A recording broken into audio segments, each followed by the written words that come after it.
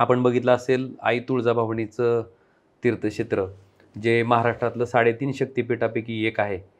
हे शक्तिपीठ त्या ठिकाणी रेल्वेनं आजपर्यंत जोडलं गेलं नव्हतं.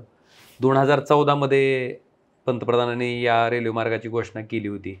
पण 2019 पर्यंत त्याचं कुठलीही त्या ठिकाणी प्रगती झाली नव्हती. मी 19ला ज्यावेळेस पहिल्यांदा खासदार झालो, त्यावेळेस सातत्यानं ह्या रेल्वे मार्ग झाला पाहिजे आणि त्याचा पाठपुरावा मी वारंवार अगदी लोकसभेत सुद्धा बघितलं असेल तर स्वतः पंतप्रधानांनी एखाद्या कामाची घोषणा करणं आणि त्याच्यासाठी इतका वेळ लागणं हे काही योग्य नाही. ते व्हायला पाहिजे ह्या भावनेतनं मी सातत्यानं लोकसभेतही ह्याच्याबद्दल आवाज उठवत राहिलो.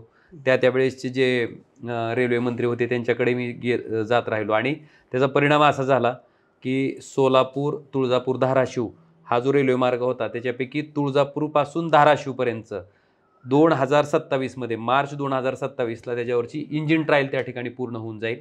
आणि तुळजापूरपासून सोलापूरचं जे आहे त्याच्यात थोडी त्या प्रोजेक्टची किंमत वाढल्यामुळं त्याचं ॲनालिसिस चालू आहे. त्याचीही फायनलाइज झाल्याच्या नंतर त्याचंही टेंडर होईल आणि तोही मार्ग लवकरात लवकर पूर्ण करून आपलं तुळजापूर हे रेल्वे मार्गाच्या माध्यमातून त्या ठिकाणी जोडलं जातंय याचा मनस्वी मला आनंद आहे.